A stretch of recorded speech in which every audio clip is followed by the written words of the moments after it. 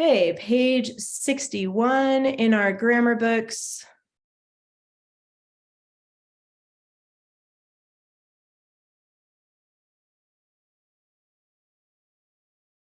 And we are talking about the who, which clause. Oops, I don't need that yet. Which is good. You guys pretty much already know what that is anyway, because we have been using that in our regular writing part of the class. And now we're going to start looking for it in your grammar book. It's kind of neat how it goes together like that because you can see how it's used. Abby, since I can't see you, just go ahead and unmute if you have a question or anything you need to tell me, okay? It's kind of weird. I can't see you, but it's okay. Oh, I see you now. Yay. Okay. Who, which clause is a dependent clause that begins with the word who or which. A who, which clause can also begin with the word whose. So that's something a little bit different. The possessive case of who and which. So sometimes whose will fit in the sentence. When whose begins a who, which clause, whose will not function as the subject of the clause because whose functions as a possessive adjective and shows ownership. So it's telling whose it is or who's doing the action or whatever it is in the sentence. So here's your example, and they've crossed out Robin's, but this used to be two sentences. It used to be Robin missed the mark. Robin's arrow broke. So those are two sentences that now they combined as one using whose. So now it's Robin whose arrow broke missed the mark. The two sentences Robin missed the mark and Robin's arrow broke have been combined with a who, which clause. Whose takes the place of the possessive adjective Robin. So we don't need that anymore. We're saying whose because we've already mentioned Robin in the sentence. Okay, so place parentheses around the who, which clause and write WW above the word who or which. Write V above each verb and S above each subject. The men whose lands were taken hid in the forest. So we have now whose, and that is part of the who, which clause. You can use whose. That's where the parentheses goes around whose and then the subject verb pairs. That's what fits inside the parentheses there. And then to find the subject and verb, I know we've talked about that a lot. Find the verb first. Taken. That's an easy one to spot because it's an action verb. And then were is the helping verb. So were taken are the two verbs in that sentence. And then you ask yourself, what was taken? Because it says were taken. So what was taken? Oh, the lands. The lands were taken. So that becomes the subject. That's how you find that. Another thing to keep in mind, and this is true for your writing, if I take out, I'm just going to cover it with my fingers here. If I take out that clause, it still needs to be a complete sentence. So it says the men hid in the forest. It's still a sentence. So that's something you need to keep in mind when you're writing your own who, which clause. You got to make sure that if you take it out, does the sentence still make sense? And yes, it does. And notice there's no commas around this part of the sentence. The men whose lands were taken hid in the forest. And we'll talk more about the comma rules with that as we go. All right. It's here when you use commas, it says unless essential. If it's essential to the sentence, you don't need commas. If it's non-essential, then you do need commas. So we'll come back to that. Okay, run-on. A run-on occurs when a sentence has main clauses that are not connected properly. You've probably heard of run-on sentences before. It usually is like and after that, and then, you know, you just keep going on and on and on, and there's no period. And it's like hard to keep track of what is going on. So a fused sentence, this is a fused sentence, is two main clauses placed in one sentence without any punctuation between them. This is a common type of run-on error. So a fused sentence is a run-on, and it's not what you want. The easiest way to fix this error is to place a period at the end of each main clause. And here's your example down below. Well, first it says, look for the two main clauses that are missing a period between them. Correct a fused sentence by putting a period between the main clauses and capitalize the first word of the new sentence. So before they fixed this, it was just the men could not pay their taxes. They hid in the forest. So that was one run-on sentence. Then they showed you how to fix that. Obviously, there's two sentences there. So basically, you have two complete thoughts. You have the subject and the verb pairs, and it's two separate thoughts. So you need a period between. The men could not pay their taxes, period. They hid in the forest. So that's how you would fix it, is just divide it up into two separate sentences. Okay. Any questions so far? Are you guys good? No questions. Okay. Turn to page 62. Actually, there's a little bit more back here. Think about it. Many words can be used as different parts of speech. We talked about this before using the example light. However, a word can perform only one part of speech at a time. For example, swimming. Here's another example. Swimming can be a verb or an adjective or even a noun. And here it's used as a verb. Robin was swimming in the river. That's obvious. He's doing an action. Okay, that's the verb. In the sentence, swimming is a verb because it follows the helping verb was.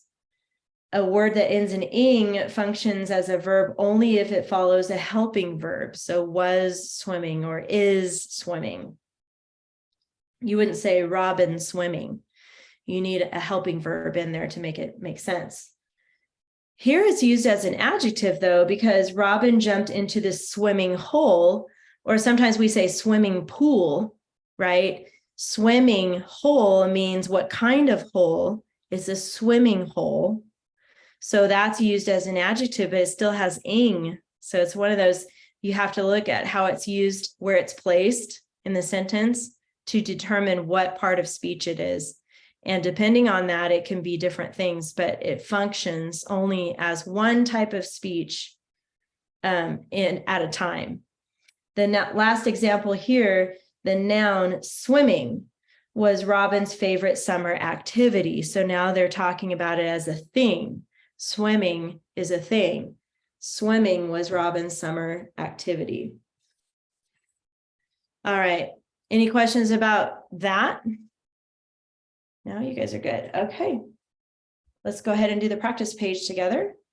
This is page 63.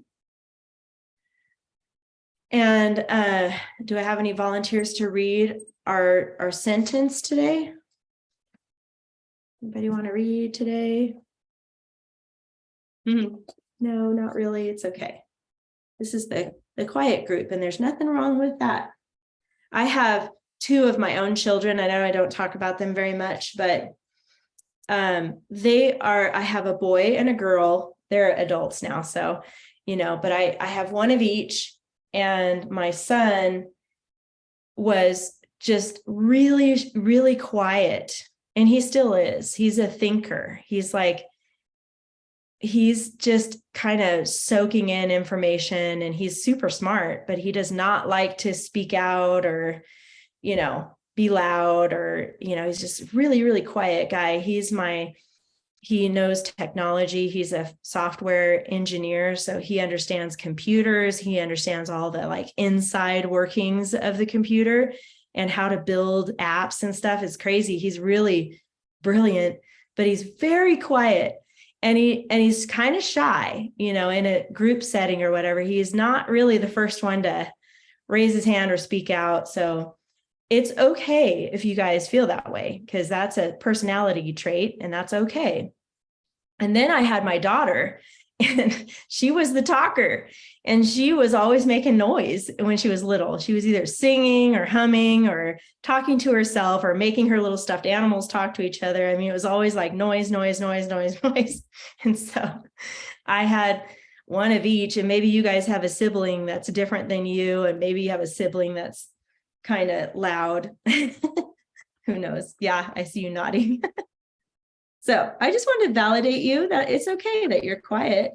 Nothing wrong with that. Sometimes I might put you on the spot though, and don't be mad at me. It's just because, it's good to practice, because especially going into high school, you're going to be talking more and probably needing to get more comfortable with that. So, but for today, you're off the hook. I'll read it for you. All right. Because of the desperate times, these men whose families were hungry stole money from corrupt noblemen. They gave it to the peasants. So already I can tell it feels a little choppy, like we're missing probably a period somewhere in there. So corrupt is our vocabulary word, and it basically means you're guilty of dishonest practices such as bribery. And as you go through, I know some of you already been through 8th grade and you've been through the Constitution and stuff like that, and there's a lot of crazy stuff that goes on in politics that I learned firsthand being in politics, running for this office. There's some corruption in our political system. You probably heard that before. So, and there's bribery. Fortunately, I didn't have an issue with that. Nobody came to me to bribe me, but I have a friend who ran for another position, and he said that he got a phone call from somebody saying, if you change your view on this, I'll pay you $2,000. It's crazy. It's like a real thing. And fortunately, my friend was like, no way, I'm not going to change my view on that, because that's my view. I'm not going to change it for money. It's not right. But in politics, it's a big deal. And then when you get into the big politics, like senator and, congressman and president, I cannot imagine the stuff that goes on there, just as far as corruption and bribery. It's unfortunate because it's hard to know who to trust. I'll just say that.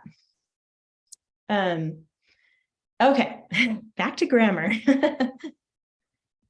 Our vocabulary word, we got that. Okay, so let's go ahead and just write a and the. We've got the here. I'm just going to start filling this in. And we've got the down here. We've only got 2 articles, so we can pick those out really quick. Now moving on to nouns. Okay, so I am going to pick on you a little bit here. So let's just do this together. Paisley, nouns, we're looking for person, place, or thing, and there's a lot of them, so we can help you if you can't find them all. But go ahead and unmute. Men, family, money. Okay. Noblemen, peasants. Good. And I don't know the other one. Okay. The last one's a little tricky. It's times. Okay. Because they're talking about what type of times, yeah, like just what's happening basically. But in this sentence, it's a noun. So you did good though. Does that 1, 2, 3, 4, 5, 6? Yeah, we're good. 6 nouns. Okay, pronouns. I'm going to go on to Allie for this one. Remember, pronouns are words that take the place of a noun. So they're going to be like he, her, it, and some others sometimes too. But do you see any pronouns in here? These. Yes, let's see. No, actually these, I'm sorry. These is not a pronoun. Let me look at my notes here. Oh, these is not. I'll explain that in a second, but look for he or it or they or them or some kind of pronoun like that. It next to gave. There you go. So PR.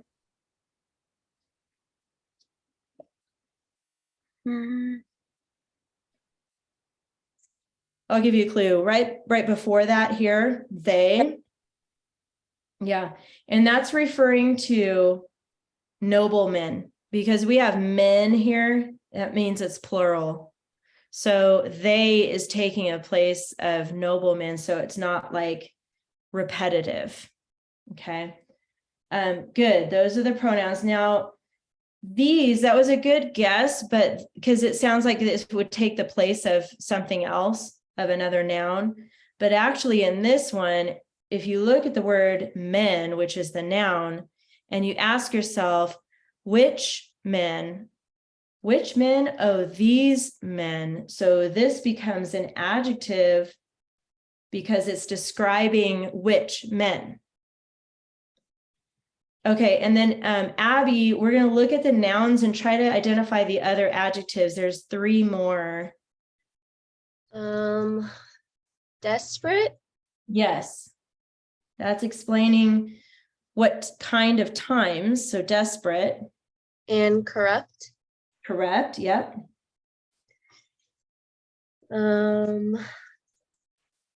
This one's not right next to a noun, the last one, but it's describing the families. It's actually going to be right here, hungry. Oh. The families were hungry. So what about the families? They were hungry families, but they don't have hungry before. It's after. So that one was a little bit trickier, but that still is describing the families. So that is an adjective. So hungry. Okay, good. Now the prepositional phrases, and remember, I'm going to show you something after we're done with this, but you can always look back to identify what those prepositions are. A lot of times they're those really small words, but I'm going to help you with this, okay? So I know that because, even though it's not a small word, because is a preposition. So, and then when you underline a prepositional phrase, you start with a preposition and then it ends at the noun. That's your clue. So because of the desperate times, that is a prepositional phrase. It starts with the preposition because, and it ends on the noun. Here's another one, from corrupt noblemen. That's the phrase. It stops on noblemen because that's the noun. And then to is a preposition, to the peasants. Peasants is a noun, it stops there. Okay, so those are the 3 prepositional phrases. I know I kind of went through that fast, but there's a lot to catch in this page. We have one, who, which clause, and it's actually whose this time, not who or which. So we're going to start with whose, and it goes all the way to hungry. Whose families were hungry. So the who, which clause often ends in either a adjective or a noun. Sometimes it kind of just depends on how it's set up. We're going to talk about that more in a little bit, but above whose, I want you to put W/W.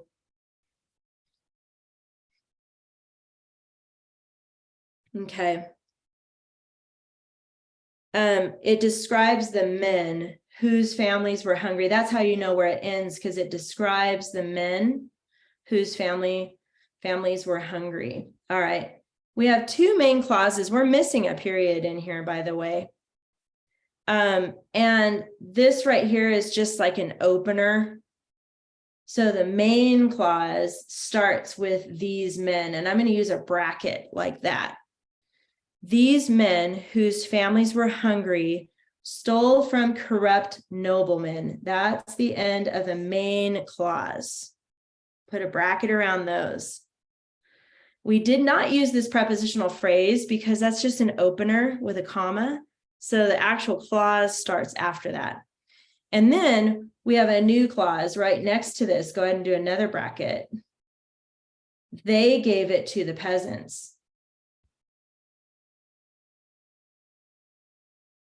There's a new clause right there. So those are the two main clauses. And then we've got some subject verb pairs. And it does say later we're going to add the end marks and the capitals and all that, but we'll do that at the end. So to find the subject verb pairs, always look for the verb first. So because of the desperate times, these men whose families were hungry. Now, hungry you might think is a verb, but in this phrase, because it's connected to whose, it's an adjective, it's describing those men.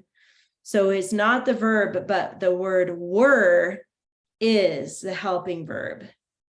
So it's a little tricky right there. I mean, I'm not going to lie, it's kind of tricky. Remember, we talked about how a word can only serve as one type of speech at a time. Hungry is one of those words that could be a verb. But in the way it's used in this sentence, it's an adjective. So the verb becomes were. And then if you ask yourself who, the families, so that becomes the subject. So the subject verb pair is families were. Families were. And then the next verb is stole. That's an easier one. That's an action verb. So we know that's stole. And who stole money? Who stole the money? Was it the families or was it the men? These men whose families were hungry stole money. So it's the men that stole the money, right? So we're going to go back here and put an S above men. It's the men that stole the money. Remember, within the who which clause, it has its own subject verb pair. So outside of that is another subject verb pair. Let's go to this last sentence. Gave is the verb. Who gave? They gave. I know I'm going kind of fast because we have a lot to cover today, so I'm going to just kind of keep moving along here. But let me know if you guys are confused. I can explain it a little bit better. And then we have two openers. We already identified this as a prepositional phrase. That I know that that's a number 2 opener. So I'm going to put 2 and then I'm going to write the word prepositional. I'm going to show you how to find that in your book. And then this one starts with they, and it's a subject. So that is a number 1 sentence opener. And then you have to just kind of squeeze the word subject in here, because that's the subject opener. Starts with a subject. All right, those are the 2 openers. And then we've got capital at the beginning because, and then we have a new sentence here. So we need to capitalize they. You probably already saw that. And then my marker is making it hard to see, but I'm going to squeeze a period in there. Period goes there and a period goes at the end. So 2 end marks. Phew. Okay, I know, I'm telling you, this grammar book is just going to get more and more intense, but don't worry, because a lot of this is review and we're practicing again. I want to show you something really important.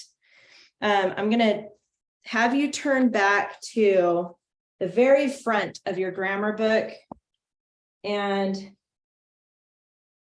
there's not even a page number for it, but if you turn like 3 pages in, there's no page number on it, but it's called Scope and Sequence. It's like 3 pages in after the front. Give me a thumbs up if you found that. Okay, good.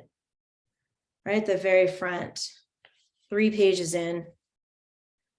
Did you find it, Allie? And she's still looking. Do any of you have any Post-it notes handy near you? Okay, I see Abby does. If you do, I'd like for you to use a Post-it on this page. And the way I do it is, you stick it above the page like this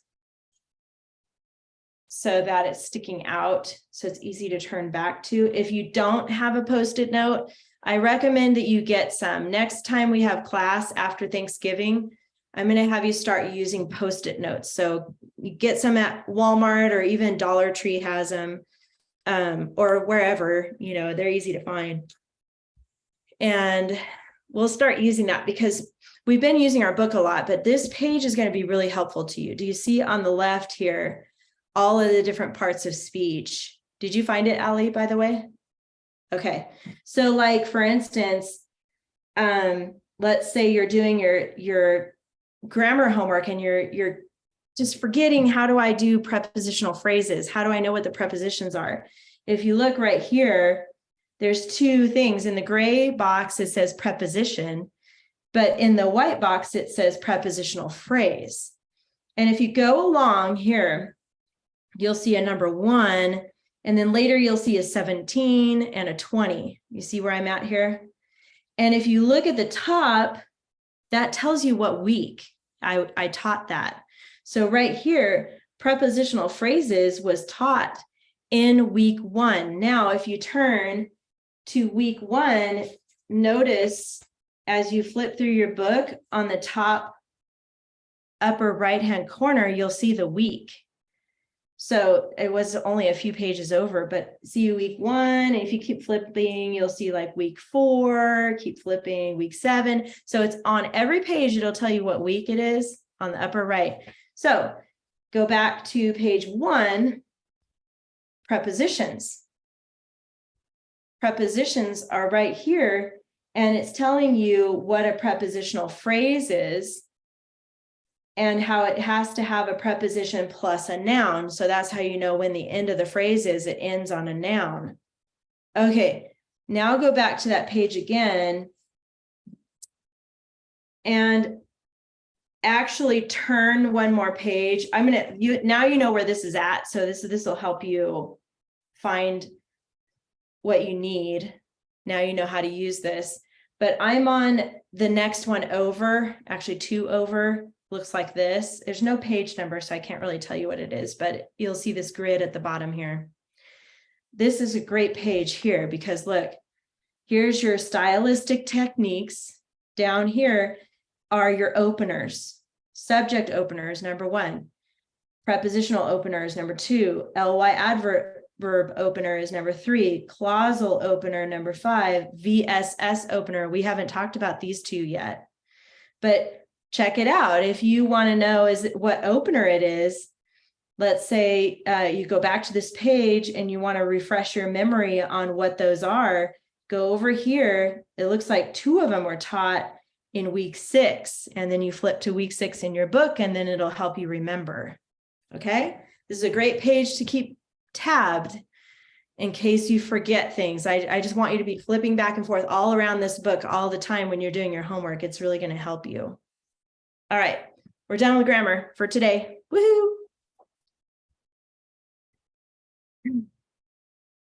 I probably shouldn't be so excited about being done with grammar because, I know I am the teacher and I really should be like, anyway, I know grammar is difficult, but I know how important it is. So that's why I'm teaching it. So I'm struggling through it with you guys. It's okay. It's a good thing. Okay.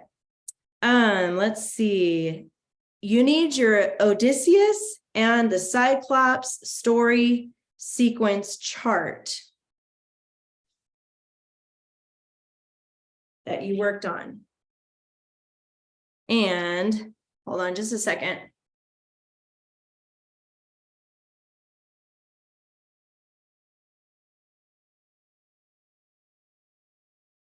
Okay. Had to get I left my little page over there. So far, we've done number 1, and I don't have the original number 1. I have just this chart that I started filling out last time.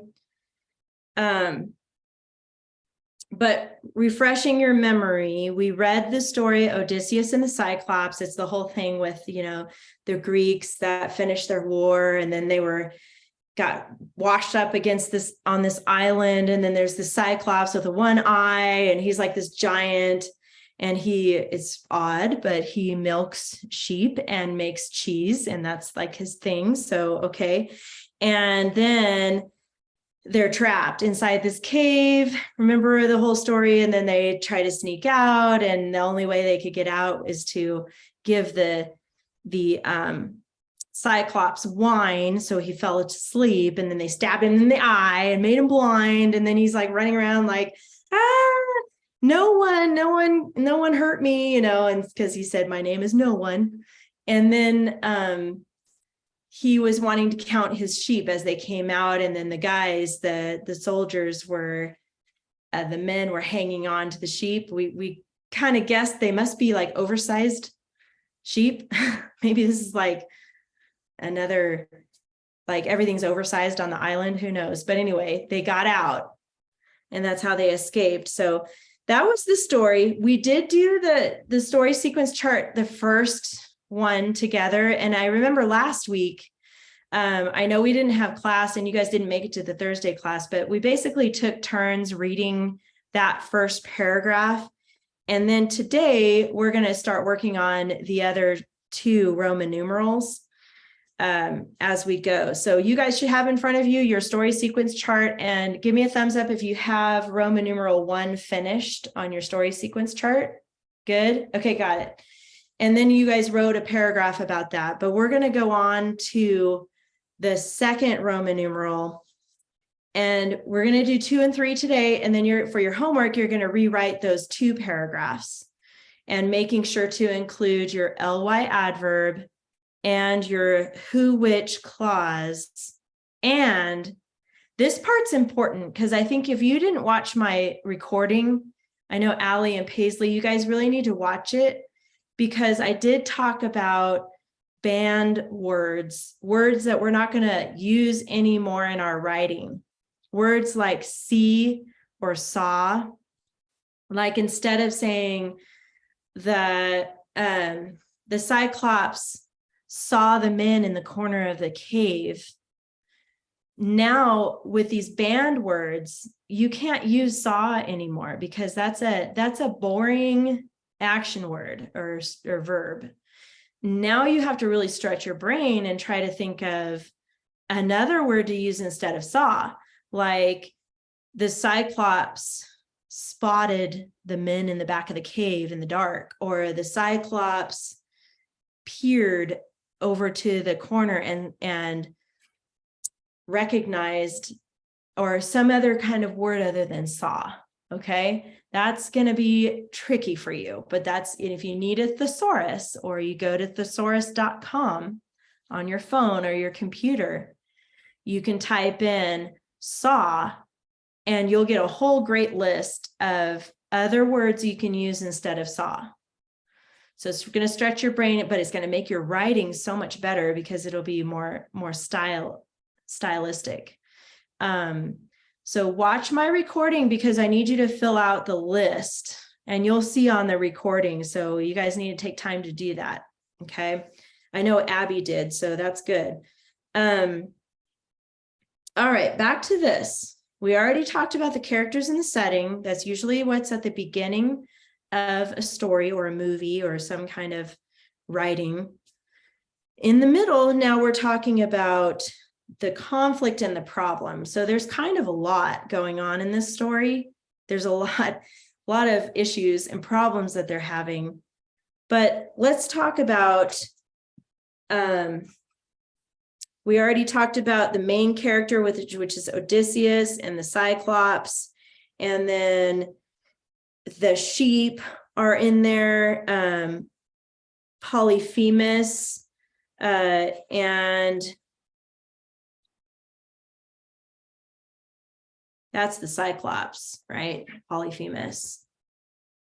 I just noticed I have something in the chat here, so I'm not sure what. Did we already talk about it?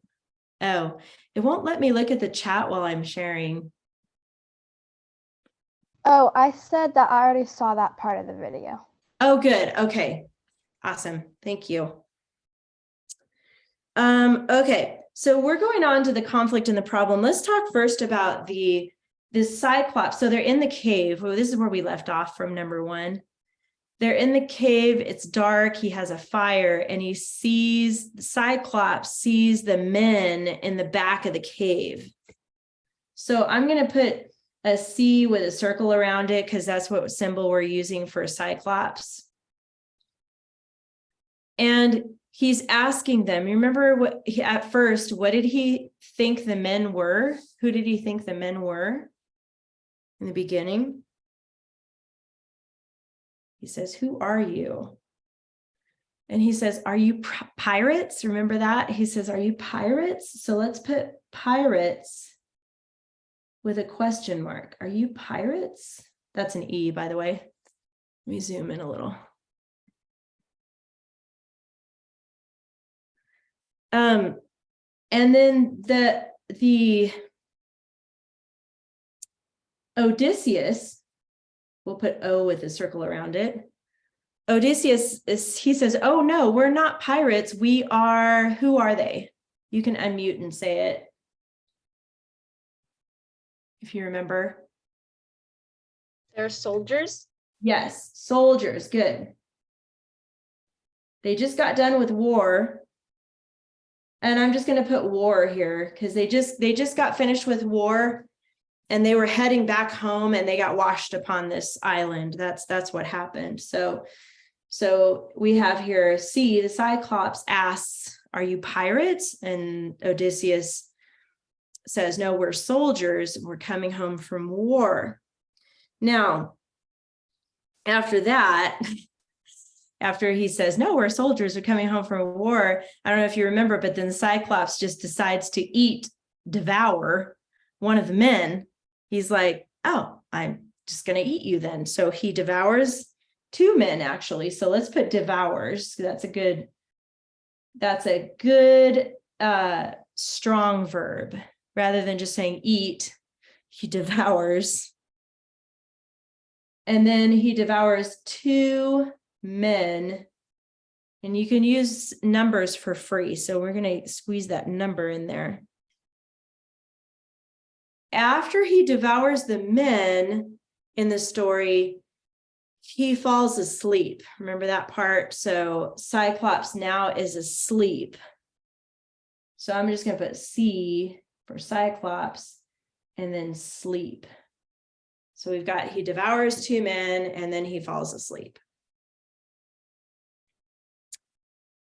While he's asleep the first time, remember that, they start talking, they start devising a plan, right? They're trying to figure out, how are we going to get out of here? Because the Cyclops put a giant boulder in front of the cave, right? So he couldn't get out. They were trapped. They were not strong enough to move this boulder. So they start coming up with a plan.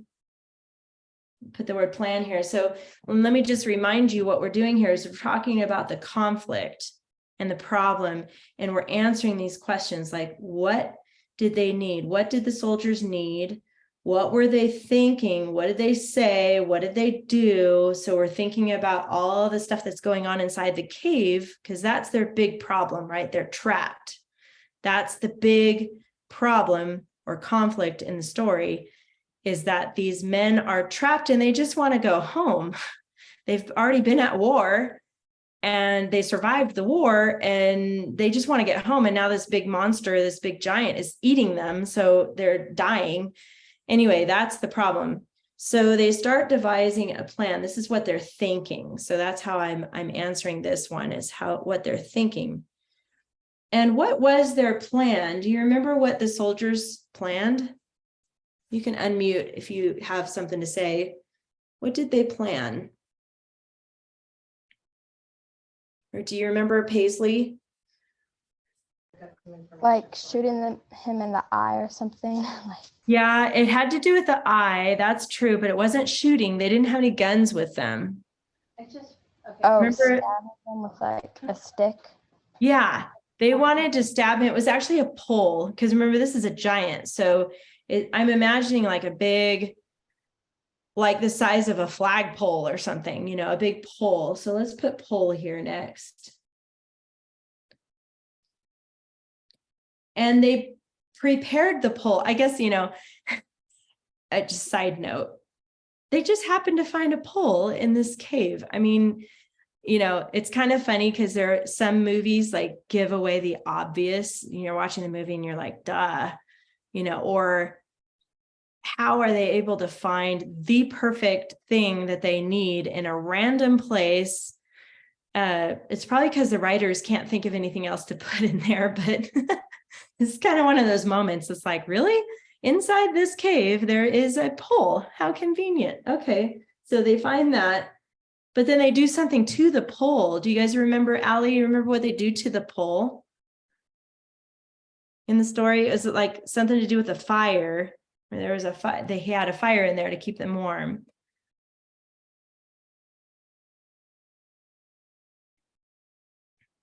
They did something to the pole to kind of turn it into a weapon. Okay, Abby's going to help you out here. I know you're looking in the story, but go ahead, Abby. Don't they heat it up or something? Yeah, they heated it up and it kind of like made it hardened, I think is what it said in the story. They hardened the end of it and made it solid. So let's just put hardened.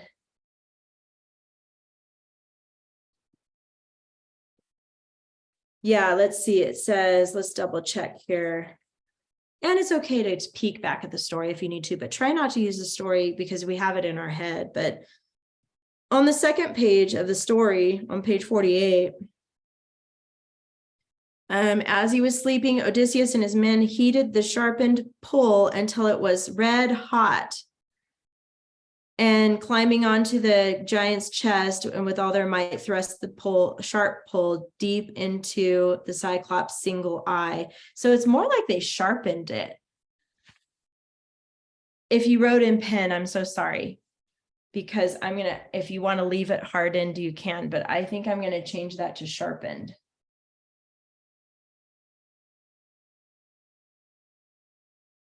And for these story sequence charts, I do like to use pencil. But when you do the actual writing, you can use pen. Okay. So they sharpened it. So it's okay to peek back there. I couldn't remember if it's hardened or they sharpened it or whatever. Okay. Now, next in the story, after that, and you can peek back on the story because I know it's been a little bit since you probably read it. That next part is when they offer him the wine. You remember that? They offered him, Odysseus offered wine. So I'm going to put O and I'm going to put wine ?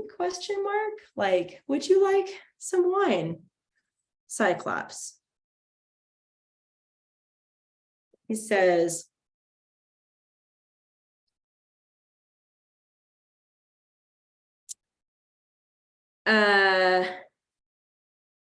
let's see. So they poked him in the eye.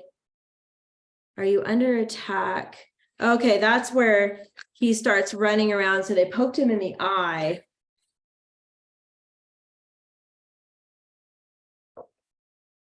Hold on, I think I got it ahead of myself. That's when he's running around saying, people are the other Cyclops are saying, what happened? What's wrong with you? And he's like, they're saying, who attacked you? And he says, no one attacked me because they devised that plan. But then they gave him some wine and then he drinks the wine, right? So let's put Cyclops. He actually drinks the wine. I'll put drinks. And the wine made him happy, right? And kind of sleepy. So I was thinking about this, putting a little smiley face here for like a symbol. After he drinks the wine, he's like kind of sleepy. But rather than doing two eyes, I'm just going to put one eye because the Cyclops only has one eye. So that's a smiley face.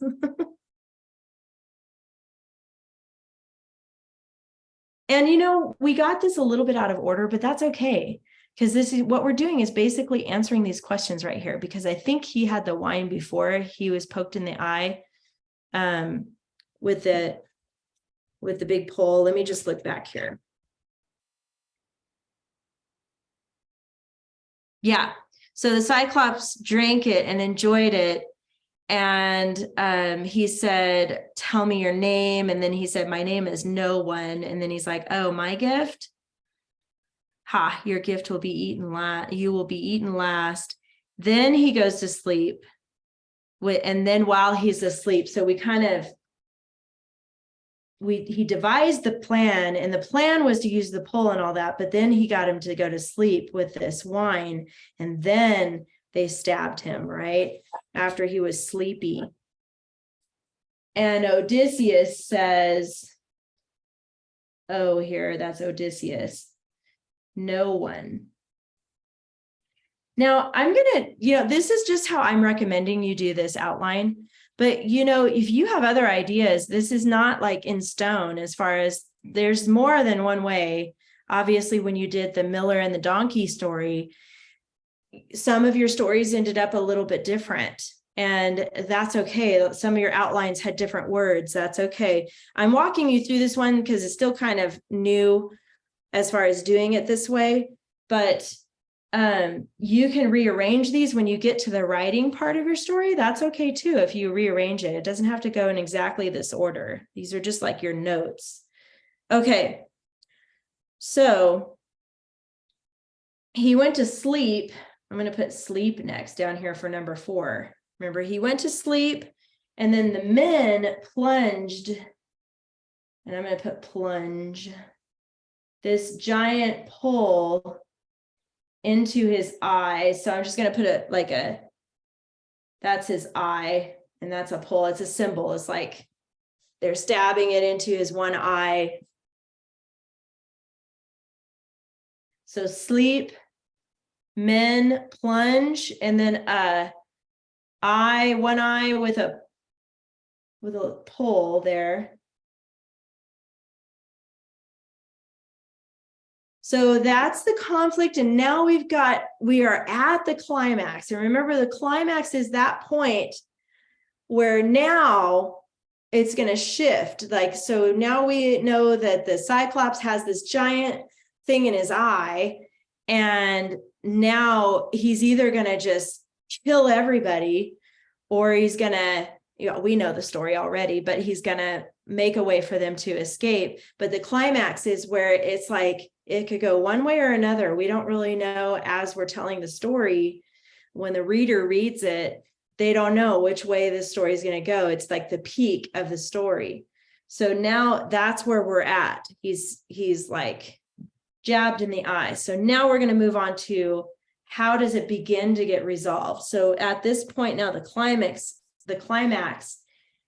he's screaming, right? So let's put screams. That's the Cyclops. If you want to put a little C there with a circle to remind you, he screams, help.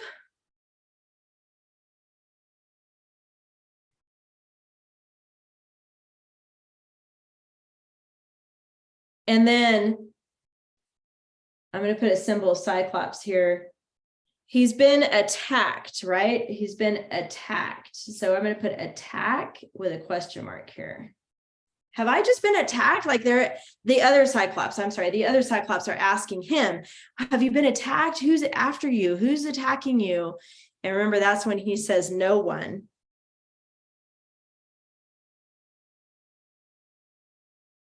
Okay.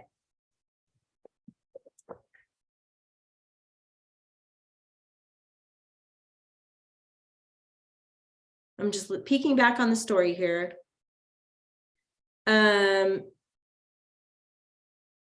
No one has hurt me. Well, if no one has hurt you, it must be the gods. Remember that part where he says no one has hurt. Now he's telling the other Cyclops that he's under attack. Up here where we put no one, he says his name is no one. And we don't know why he's saying that. That's just his plan. And then now down here where it's starting to resolve, we're going, oh, the plan is now working. So when the other Cyclops say, are you under attack? And he says, no, well, yes, no one is attacking me. All right. So now we're going back to the story where after he goes out there and the Cyclops, the rest of them are saying, well, it must be a god that's attacking you. So, hey, you're on your own. I'm not going to help you with that. Then he goes back and he decides to count his sheep. Remember that part?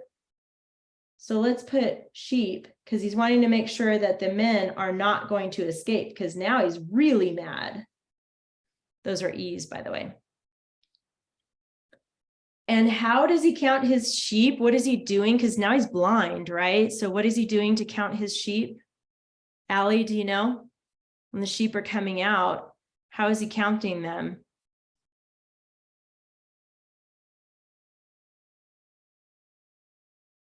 He can't see, so what does he have to do to check his sheep?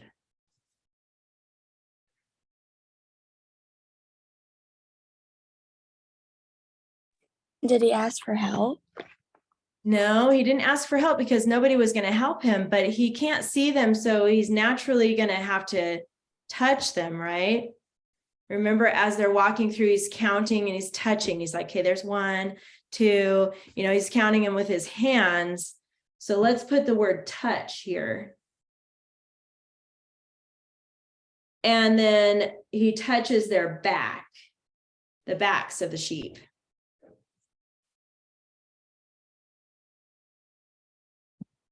Okay. And then Odysseus, let's do O with a circle around it. That's Odysseus. He and his men are hanging on to the sheep underneath, right? So I'm going to put plus men, Odysseus plus men. I'm going to use the word rams here because the rams are the male sheep and they are bigger. They've got the big horns and I think they're even bigger than life in this story, but they're rams. And then we can put escape.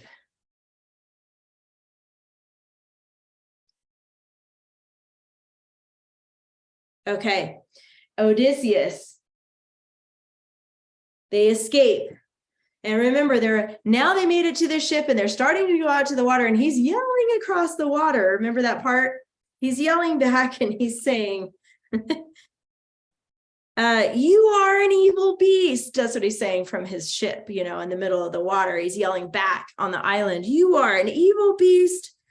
And Cyclops, to devour strangers in your cave and are rightly served in losing your eye. May the gods make you suffer worse than this. So he's just yelling back like, you're terrible and you are getting what you deserve. So we're going to say Odysseus says, evil suffer.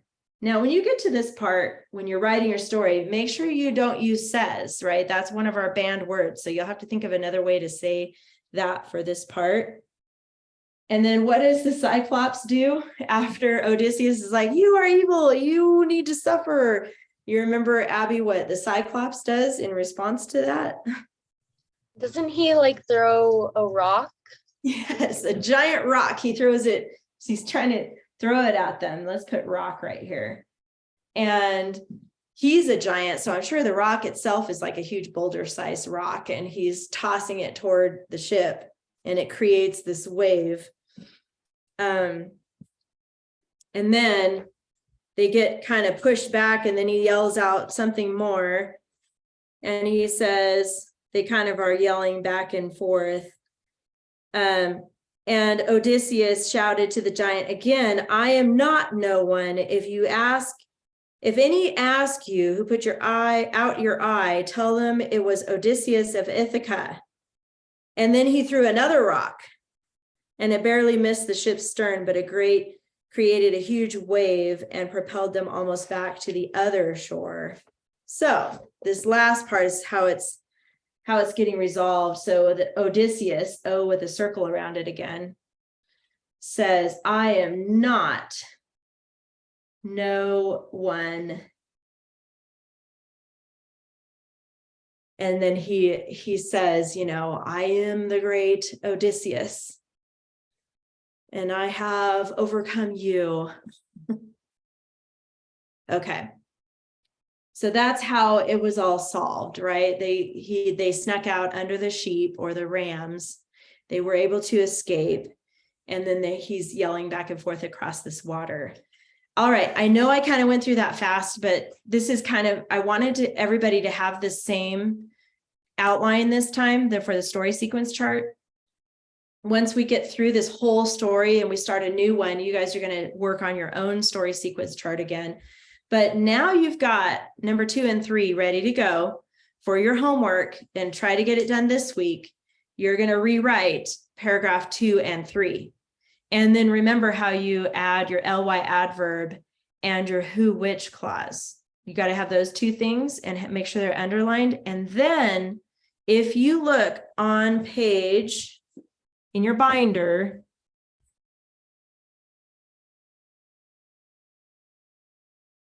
page 51 of your binder,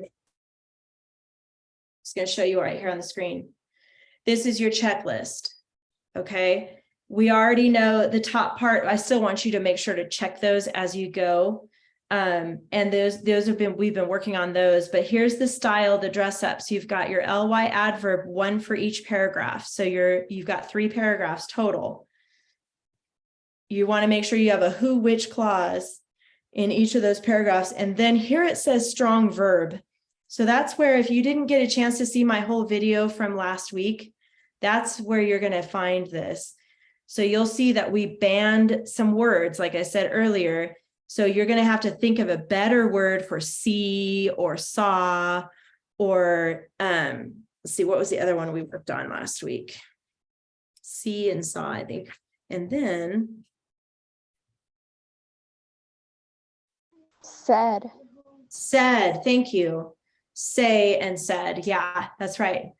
So something different than say and said, you would have to use like yelled or proclaimed or demanded or another type of, that's what that means, strong verb. Okay. So you're going to make sure to use a strong verb in place of those banned words, and make sure you have 3 of them, and you're going to underline them in your paragraphs. So in each paragraph, you have 3 things to underline: ly adverb, who or which, and then a strong verb in each paragraph. Okay. And then again, all of these at the bottom, you want to check your mechanics. One of the things up at the top is that your title. So you're going to create a new title for this story too.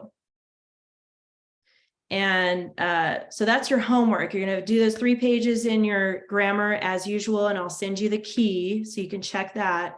And then rewriting just these 2 paragraphs and making sure you have this checklist done. You guys good with the homework assignment?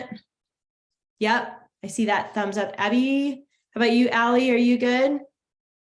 Okay, and Paisley? You guys have a wonderful Thanksgiving next week. Have fun with your family. I hope you get all your work done so you can just relax next week. And then I'll see you in 2 weeks and we'll be back on track.